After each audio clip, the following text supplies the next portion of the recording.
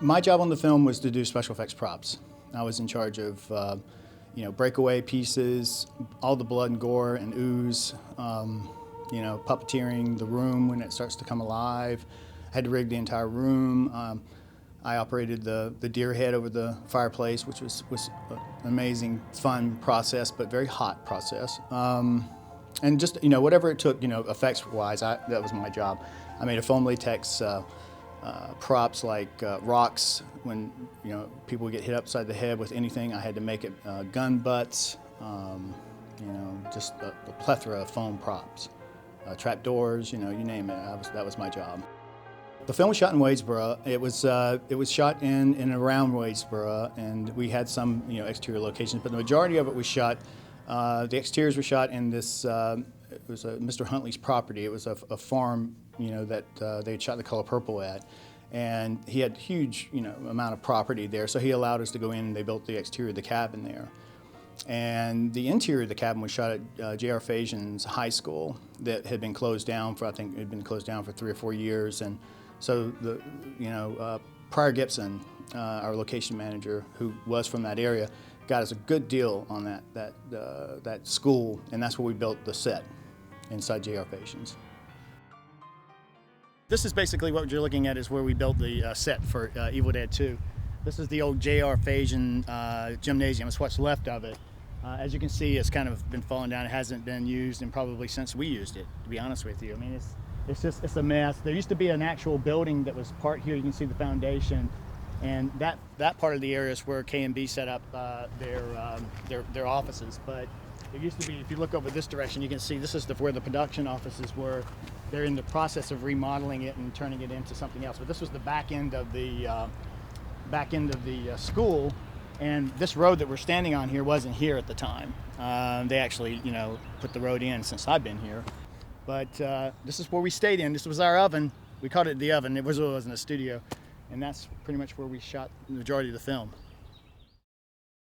The majority of the props that were used in the film, the larger stuff like the set of the cabin and stuff were left there.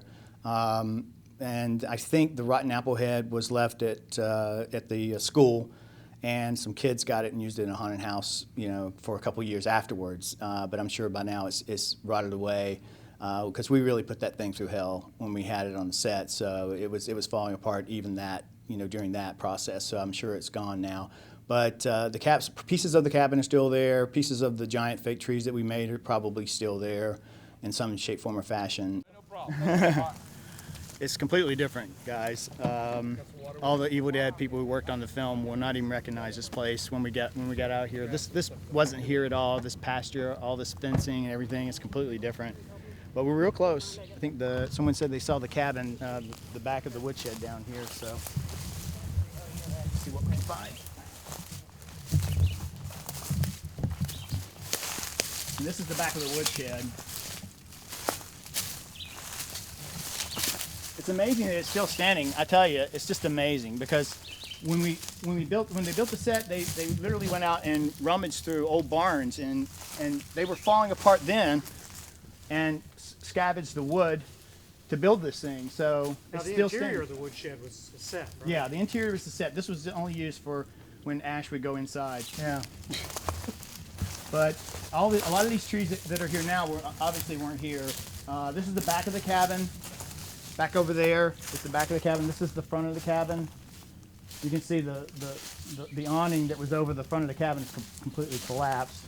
Well, when we made the film, we had no idea that the film was going to have the impact that it would have. I'd worked on Cat's Eye, worked on a couple other films prior, and to me, it was just about survival. Getting a job and landing a job and working. And this was a good job because it was going to take me, 4 months of my life, I'd be able to work on a project. So I was just excited to have work. Had it not been so hot and miserable, I think it would have been a more enjoyable experience at the time, but it was such a painful experience that by the time the film was over with, everyone was just like, thank God, This is the front of the cabin. It doesn't look like the front of the cabin, obviously. Unfortunately, over the years, this place has kind of started to fall apart. And, you can see that the trees have grown up. But this was actually the front of the cabin. There was one of the windows, there was the other window, and that was the front door right there. This part right here was the awning that went over the front of the cabin. It's completely collapsed, and the porch is completely collapsed down in there as well. There's been, obviously several floods that have come through here. None of these trees were here. All this was clear, so you can see what time will do. But I'm really amazed that it's standing in this condition. I thought for sure it wouldn't even be this. And there's still slats on some of the walls in there in the kitchen. You can see where the kitchen slat walls were. Lots of the breakaway doors from the Ramo cam are still in there, where the camera came through and smashed through the doors and split them apart.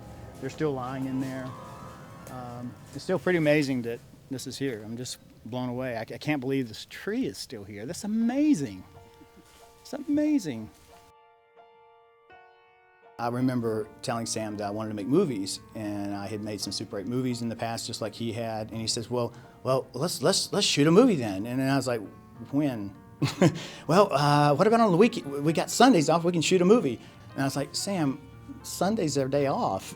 And he was just so gung ho. He was so ready to go shoot another little movie on Saturday. That's the kind of guy Sam was. It wasn't about I'm tired. It wasn't about what's right or what's wrong. It was about his passion and doing it. And it's why I went on to become a director. Because of his. He kept saying, "Tony, you got a Super 8 camera. Grab your camera and go out and shoot a movie." And I did. So I grabbed my Super 8. As soon as I got off that movie, I went out.